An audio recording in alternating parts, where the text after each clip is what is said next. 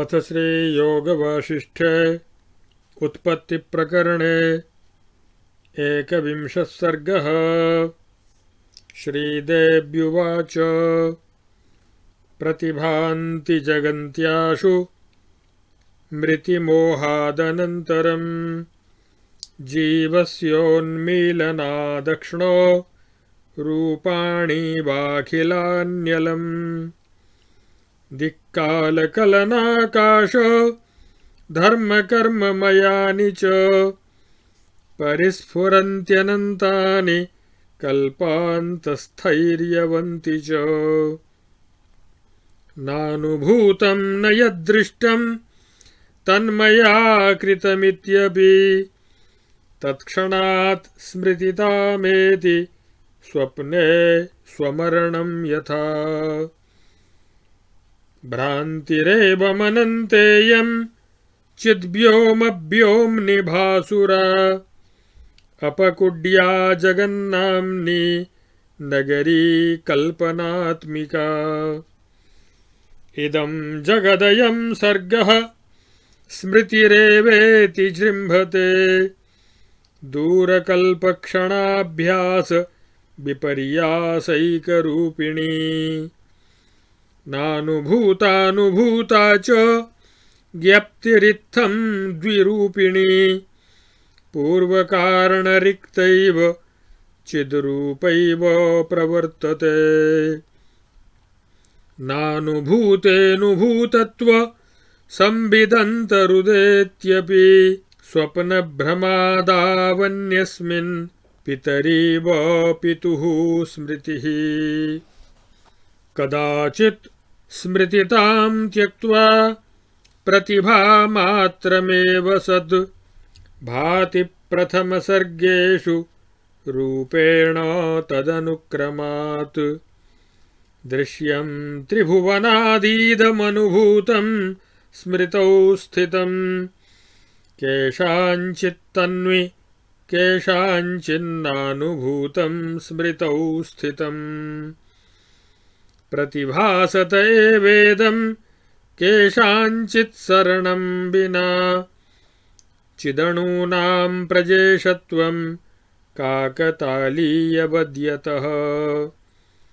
अत्यन्तविस्मृतं विश्वं मोक्ष इत्यभिधीयते ईप्सितानीप्सिते तत्र न स्तः काचन कस्यचित् अत्यन्ताभावसम्पत्तिं विना हन्ता जगत्स्थितेः अनुत्पादमयी ह्येषा नोदेत्येव विमुक्तता रज्ज्वां सर्पभ्रमः सर्पशब्दार्था सम्भवं स्थितम् अनुत्पादमयं त्यक्त्वा शान्तोऽपि हि न शाम्यति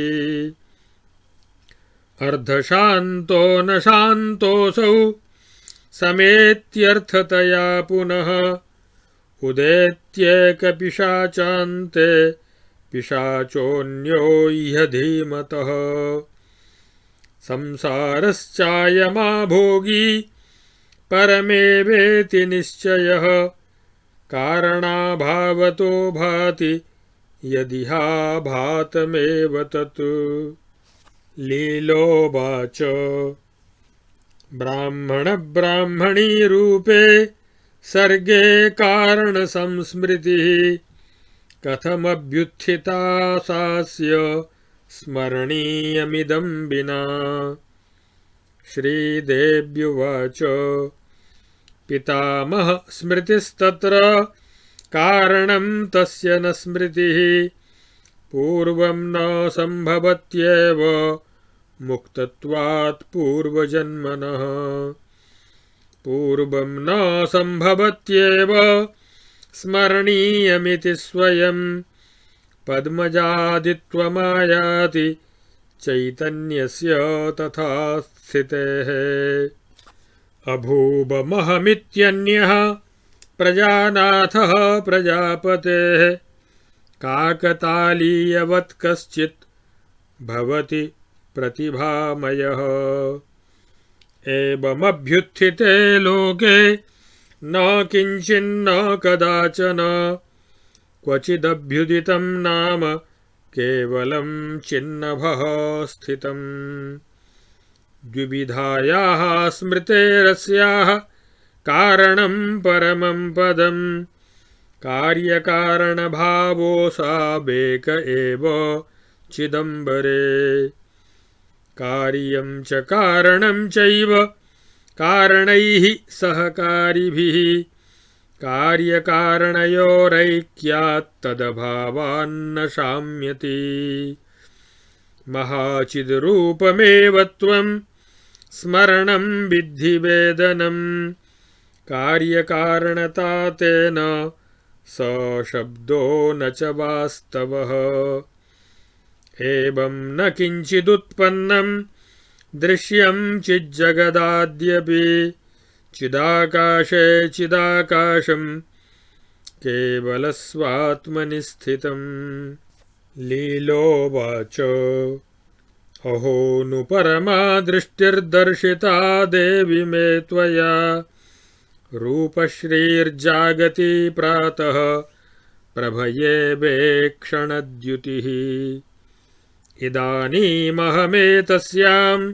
यावत् परिणतादृशी नाभ्यासेन विना तावद् भिन्दीदं देवि कौतुकम् यत्रासौ ब्राह्मणो गेहे ब्राह्मण्या सहितोऽभवत् तं सर्गं तं गिरिग्रामं नयमां तं विलोकये श्रीदेव्युवाच अचेत्य चिद्रूपमयीं परमां पावनीं दृशम् अवलम्ब्ये ममाकारमबमुच्य भवामला ततः प्राप्यस्य सन्देहं व्योमात्मानं नवस्थितं भूमिष्ठनरसङ्कल्पो गगनान्तःपुरं यथा एवं स्थिते तं पश्यावः सह सर्गमनर्गलम् अयं तद्दर्शनद्वारे देहो हि परमार्गलम् लीलोवाच अमुना देवि देहेन जगदन्यदवाप्यते न कस्मादत्र मे युक्तिं कथयानुग्रहाग्रहात्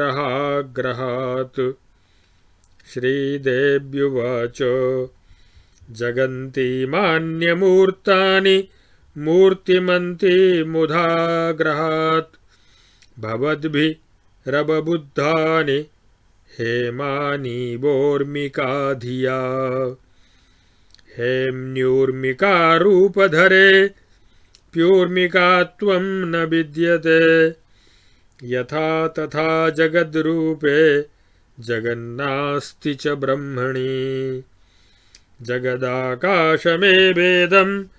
ब्रह्मैवेह तु दृश्यते दृश्यते काचिदप्यत्र धूलिरम्बुनिधाविव अयं प्रपञ्चो मिथ्यैव सत्यं ब्रह्माहमद्वयम् अत्र प्रमाणं वेदान्ता गुरवोऽनुभवस्तथा ब्रह्मैव पश्यति ब्रह्म नाब्रह्म ब्रह्म पश्यति सर्गादिनाम्ना प्रथितः स्वभावोऽस्यैष चेदृशः न ब्रह्म जगतामस्ति कार्यकारणतोदयः कारणानामभावेन सर्वेषां सहकारिणाम् यावदभ्यासयोगेन न शान्ताभेदधीस्तव नूनं तावद् तद्रूपा न ब्रह्म परिपश्यसि तत्र रूढिमुपायाता य इमे त्वस्मदादयः अभ्यासाद् ब्रह्म सम्पत्तेः पश्यामस्ते हि तत्परम् संकल्पनगरस्यैव ममाकाशमयं वपुः ब्रह्मैव चान्तः पश्यामि देहेनानेन तत्पदम् विशुद्धज्ञानदेहार्हा स्तथैते पद्मजादयः ब्रह्मात्मजगदादीनामंशे संस्थानमङ्गने तवाभ्यासं विना बाले नाकारो ब्रह्मतां गतः स्थितः कलनरूपात्मा तेन तन्नानुपश्यसि यत्र स्वसङ्कल्पपुरं स्वदेहेन न लभ्यते तत्रान्यसङ्कल्पपुरं देहोऽन्यो लभते कथम् तस्मादेनं परित्यज्य देहं चिद्व्योमरूपिणी यत् पश्यसि तदेवाद्य कुरु कार्यविदाम्बरे सङ्कल्पनगरं सत्यं यथा सङ्कल्पितं प्रति सदेहं वा विदेहं वा नेतरं प्रति किञ्चन आदिसर्गे जगद्भ्रान्तिर्यथेयं स्थितिमागता तथा तदा प्रभृत्येवं नियतिः प्रौढिमागता लीलोवाच त्वयोक्तं देवि गच्छावो ब्राह्मणी जगत् सहेतीदमिदं वच्मि कथं गन्तव्यमम्बहे इमं देहमिहास्थाप्य शुद्धशत्वानुपातिना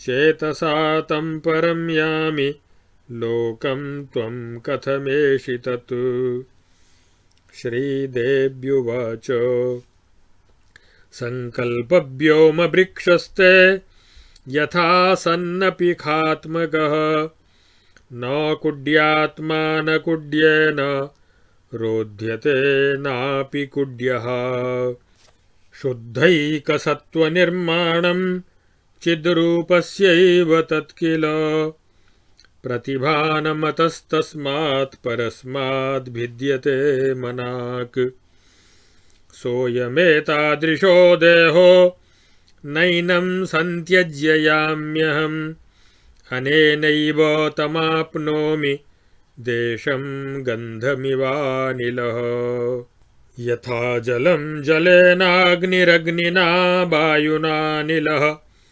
मिलत्येव मतो देहो देहैरन्यैर्मनोमयैः न हि पार्थिवता संविदेत्यपार्थिवसंविदा एकत्वं कल्पना शैलयोः क्वाहतिर्मिथः आतिवाहिक एवायं त्वादृशैश्चित्तदेहकः आदिभौतिकता बुद्ध्या गृहीतश्चिरभावनात् यथा स्वप्ने यथा दीर्घकालध्याने यथा भ्रमे यथा च सति संकल्पे यथा गन्धर्वपत्तने वासनातानवं नूनं यदा ते स्थितिमेष्यति तदातिबाहिको भावः पुनरेष्यति देहके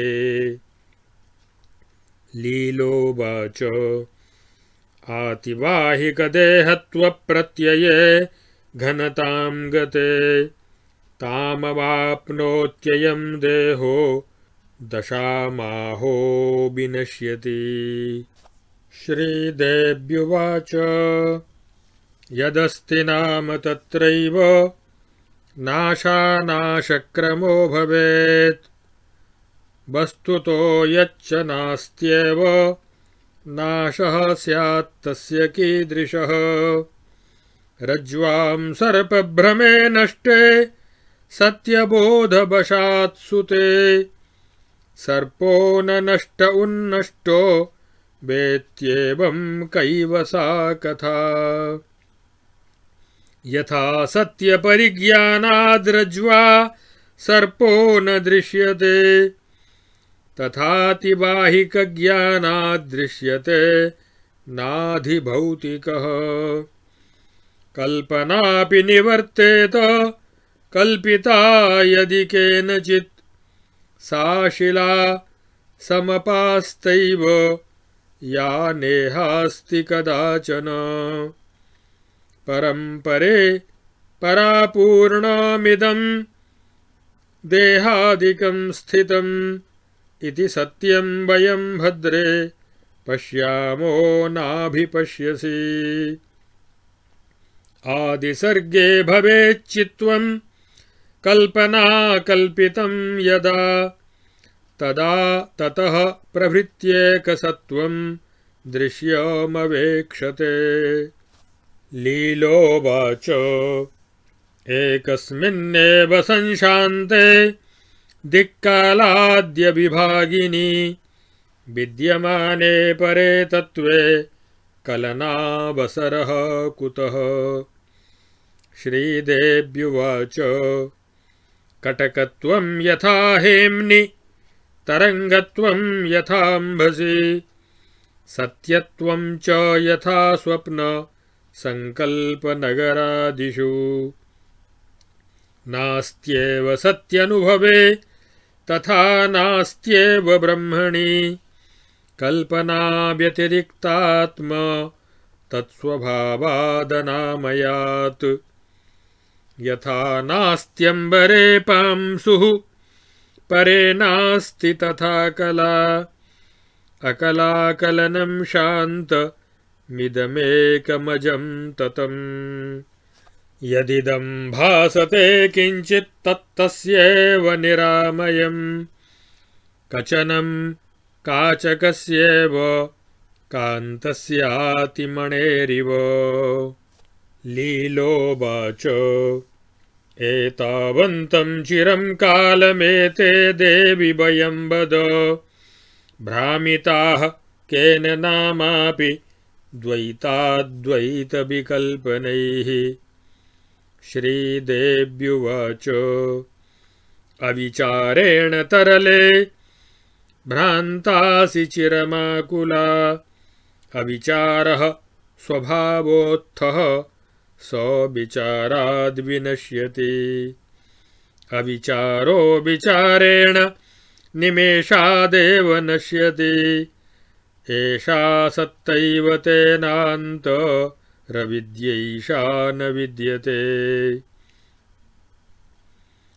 तस्मान्नैवाविचारोऽस्ति नाविद्यास्ति न बन्धनं न मोक्षोऽस्ति निराबाधं शुद्धबोधमिदं जगत् एतावन्तं यदा कालं त्वयैतन्न विचारितं तदा न सम्प्रबुद्धा त्वं भ्रान्तैवा भव आकुला अद्य प्रभृति बुद्धासि विमुक्तासि विवेकिनी वासनातानवं बीजं पतितं तव चेतसि आदावेव हिनोत्पन्नं दृश्यं संसारनामकं यदा तदा कथं तेन भास्यन्ते वासनापिका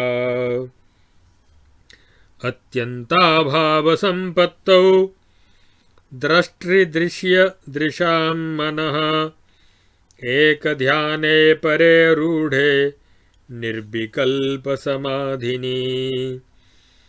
वासनाक्षयबीजेऽस्मिन् किञ्चिदङ्कुरिते हृदि क्रमान्नोदयमेष्यन्ति रागद्वेषादिकादृशः संसारसम्भवश्चायं निर्मूलत्वमुपैष्यति निर्विकल्पसमाधानं प्रतिष्ठामलमेष्यति विगतकलनकालिमा कलङ्का गगनकलान्तरनिर्मलाम्बनेन सकलकलनकार्यकारणान्तः कतिपयकालवशाद् भविष्यसीति।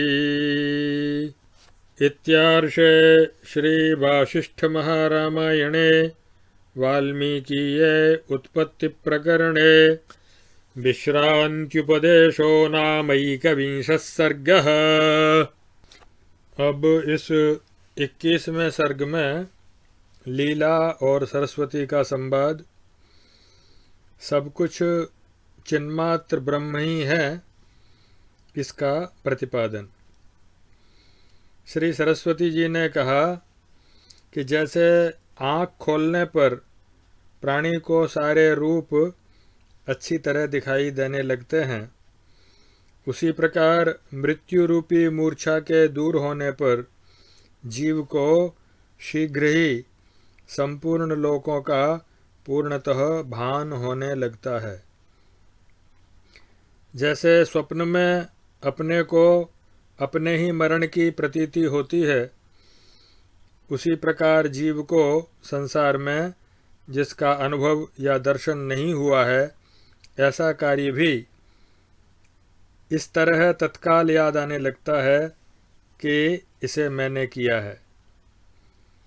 चिन्मय आकाश रूप परमात्मा के भीतर माया रूपी आकाश में इस तरह की अनंत भ्रांतियां भासित होती हैं। यह जगत नाम की नगरी जो बिना दीवाल के ही प्रतीत होती है, वास्तव में कल्पना मात्र है, सत्य नहीं। यह जगत, यह सृष्टि इत्यादि रूप से स्मृति वासना ही विस्तार को प्राप्त हो रही है। हे कृशांगी लीले, यह त्रिभुवन आदि दृश्य प्रपंच सब कुछ लोगों के अनुभव में आकर उनकी स्मृति में ही स्थित है और कुछ लोगों के अनुभव में आए बिना ही उनकी स्मृति में विद्यमान है। विश्व का अत्यंत विस्मृत हो जाना ही मोक्ष कहलाता है। उस अवस्था में किसी के लिए भी कोई प्रिय और अप्रिय नहीं रह जाते।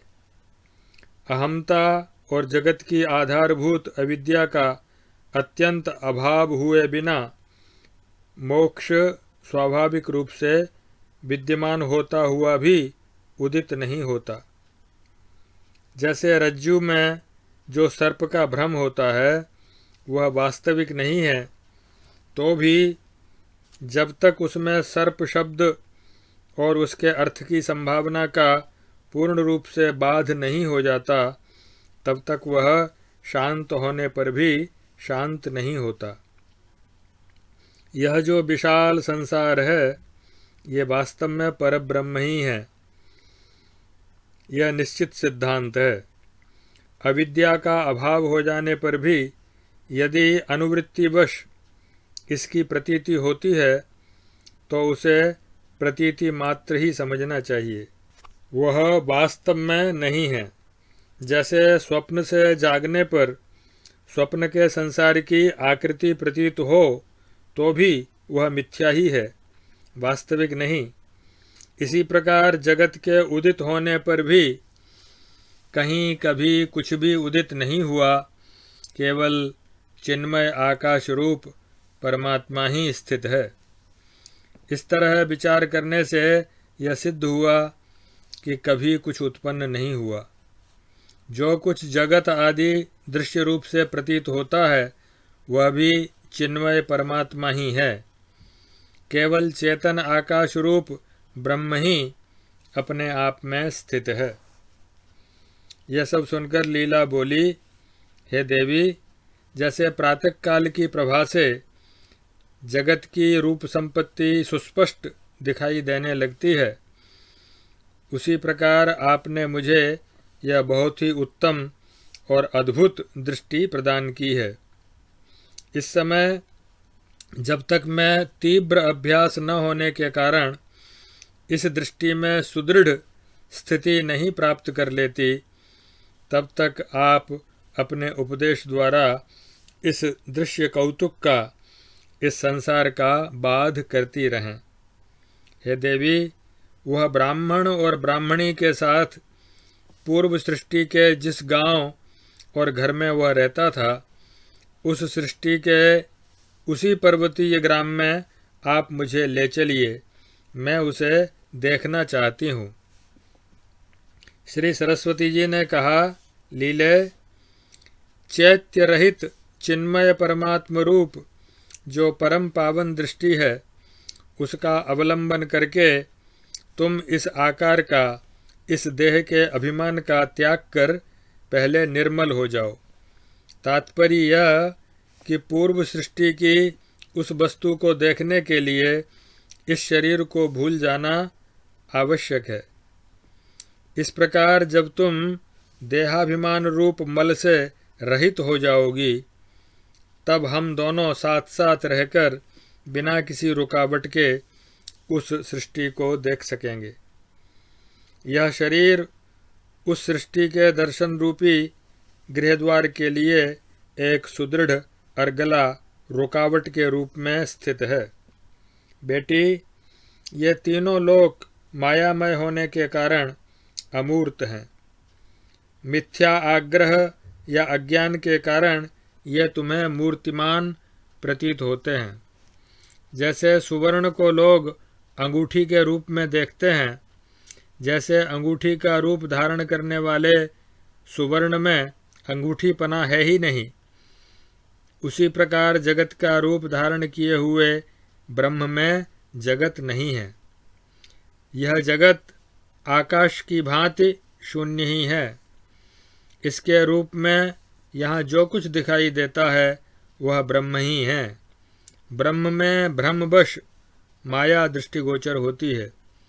यह सारा प्रपंच झूठा ही है। केवल अद्वितीय ब्रह्म ही, जिसका अहम आत्मा रूप से अनुभव होता है, वही परमार्थ सत्य है। इस विषय में उपनिषदों के वाक्य, गुरुजनों के उपदेश और अपना अनुभव प्रमाण है। जो ब्रह्म है वही ब्रह्म को देखता है। जो ब्रह्म नहीं है वह कदापि ब्रह्म को नहीं देख सकता।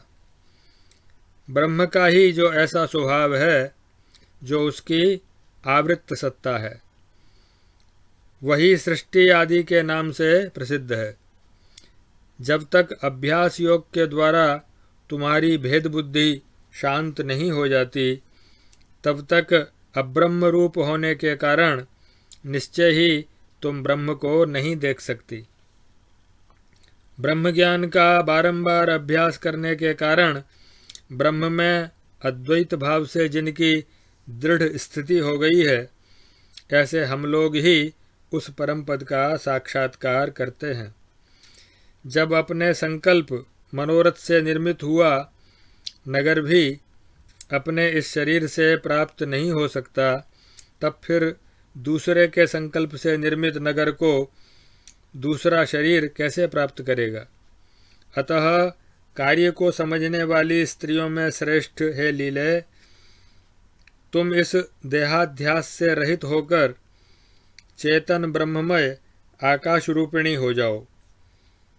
तब तत्काल ही उस ग्राम का दर्शन करोगी। अतः शीघ्र वही कार्य करो।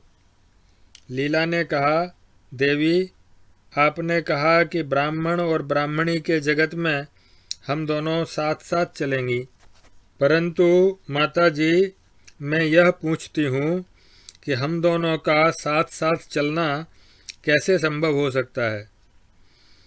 मैं तो इस शरीर को यहीं स्थापित करके शुद्ध सत्व का अनुसरण करने वाले चित्त के द्वारा उस उत्तम आकाशमय लोक में चली जाऊंगी, परंतु आप अपने इसी शरीर से वहां कैसे जाओगी। तब देवी सरस्वती ने कहा, बेटी, जैसे तुम्हारा संकल्पमय आकाश वृक्ष आदि सांकल्पिक सत्ता से सत होता हुआ भी वास्तव में शून्य रूप ही है, उसी तरह शुद्ध सत्वगुण का कार्यभूत यह जो मेरा शरीर है, यह चेतन परमात्मा का ही प्रकाश है। इसके रूप में चेतन परमात्मा की ही प्रतीति होती है, अतः इसका उससे भेद नहीं है। ऐसा जो मेरा यह दिव्य शरीर है, इसका त्याग करके मैं नहीं जाऊंगी। जैसे वायु गंध को प्राप्त होती है, उसी तरह मैं इसी शरीर से ब्राह्मण ब्राह्मणी के उस देश में पहुंच सकती हूँ। भद्रे, ये देह आदि परब्रह्म से परिपूर्ण होकर ही स्थित है, अतः अपनी उत्कृष्ट महिमा में स्थित परब्रह्म ही है। इस सत्य को हम लोग बिना किसी विघ्न बाधा के देखते हैं, किंतु तुम ऐसा नहीं देखती, क्योंकि तुम्हें अभी दृढ़ तत्व ज्ञान नहीं हुआ है। जैसे सुवर्ण में कटकत्व, जल में तरंगत्व और स्वप्न के नगर एवं संकल्प कल्पित पुरा आदि में सत्यत्व नहीं है, उसी प्रकार सच्चिदानंद रूप ब्रह्म में कल्पनातीत अनामय आत्मस्वभाव से पृथक कोई वस्तु नहीं है। जो कुछ भी यह दृश्य प्रपंच भासित हो रहा है, वह सब ब्रह्म का ही निर्मल विकास है। जैसे परम उत्तम चंद्रकांत मणि की ब्रह्मवश कांच के समान प्रतीति होती है, वैसे ही ब्रह्म के विशुद्ध विकास की भ्रांतिवश दृश्य रूप से प्रतीति हो रही है। लीला ने पूछा, देवी कृपया यह बताइए कि इतने दीर्घ काल से किसने हम लोगों को द्वैत और अद्वैत के द्विविध विकल्पों द्वारा भ्रम में डाल रखा है। श्री सरस्वती जी ने कहा, चंचले, तुम चिरकाल से अविचार के द्वारा व्याकुल होकर भटक रही हो। अविचार स्वभाव से ही उत्पन्न होता है और विचार से उसका नाश हो जाता है। विचार द्वारा अविचार का पलक मारते मारते नाश हो जाता है। यह अविचार रूप अविद्या विचार या विवेक से बाधित होकर ब्रह्म सत्ता हो जाती है। ब्रह्म के सत्स्वरूप की प्राप्ति हो जाती है। इसलिए अविद्या का अस्तित्व नहीं है। अतः न तो कहीं अविचार है, न अविद्या है, न बंधन है और न मोक्ष ही है। यह जगत शुद्ध बोध स्वरूप चिन्मय ब्रह्म ही है। चूँकि इतने समय तक तुमने इसका विचार नहीं किया, इसीलिए तुम्हें बोध नहीं हुआ। तुम भ्रांत एवं व्याकुल ही बनी रह गईं। आज से तुम्हारे चित्त में वासना का क्षय रूप बीज पड़ गया है, इसलिए अब तुम विवेकशालिनी, प्रबुद्ध एवं विमुक्त हो। एकमात्र ब्रह्म के चिंतन रूप उत्तम निर्विकल्प समाधि के मन में आरूढ़ होने पर जब दृष्टा, दृश्य और दृष्टि का अत्यंताभाव हो जाएगा, तब हृदय में यह वासना क्षय रूप बीज कुछ अंकुरित हो जाएगा और तब राग द्वेष आदि दृष्टियां क्रमशः उदित नहीं होंगी। संसार की उत्पत्ति भी निर्मूल हो जाएगी और निर्विकल्प समाधि पूर्णतः स्थिरता को प्राप्त होगी। इस तरह निर्विकल्प समाधि के स्थिर होने पर कुछ काल के अनंतर मायाकाश और उसके कार्यों के अधिष्ठान स्वरूप निर्मल आत्मा के साक्षात्कार से तुम भ्रांति ज्ञान रूप कालिमा के कलंक से शून्य होकर संपूर्ण प्राणियों की भ्रांतियों का, उनकी कार्यभूत वासनाओं का और उनकी कारणभूत अविद्या का जहाँ अंत हो जाता है, उस मोक्ष रूप परम पुरुषार्थ में प्रतिष्ठित हो जाओगी। इस प्रकार लीलोपाख्यान में विश्रांति का उपदेश करने वाला यह 21वां सर्ग पूरा हुआ।